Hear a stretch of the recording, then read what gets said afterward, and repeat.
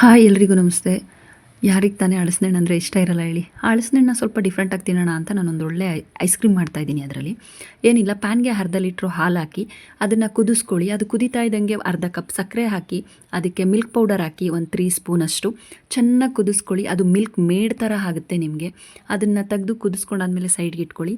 Next ಇನ್ನೊಂದು jar ತೊಗೊಳ್ಳಿ. ಅದಕ್ಕೆ ಒಂದು 10-15 ಹಲಸಿನಣ್ಣು ತೊಳೆನ ಹಾಕಿ ಪೇಸ್ಟ್ ಮಾಡ್ಕೊಳ್ಳಿ. ಅದು ಪೇಸ್ಟ್ ಆಗಿರುತ್ತೆ. ಆ ಪೇಸ್ಟ್ ಆಗಿರೋದಕ್ಕೆ ಮತ್ತು ನೀವೇನು ಮಾಡಬೇಕಂತಂದರೆ, ನಾವು ಮಿಲ್ಕ್ ಮೇಡ್ ಮಾಡಿಟ್ಟಿರ್ತೀವಲ್ಲ, ಆ ಮಿಲ್ಕ್ ಮೇಡ್ ಹಾಲು ಮತ್ತು ಹಾಲಿನ ಕೆನೆ, ನಾನು ಫ್ರೆಶ್ಶಾಗಿ ಹಾಲಿನ ಕೆನೆ ಎತ್ತಿಟ್ಕೊಂಡಿದ್ದೀನಿ.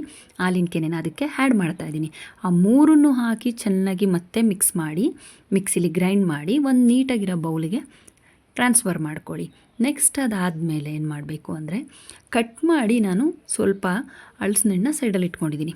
ಒಂದು 10 ಹಲಸಿನಣ್ಣು ರುಬ್ಬಿದ್ದೀನಿ ಅಂದರೆ ಇನ್ನೊಂದು 5 ಹಲಸಿನಣ್ಣು ಕಟ್ ಮಾಡಿ ಇಟ್ಕೊಂಡಿದ್ದೀನಿ.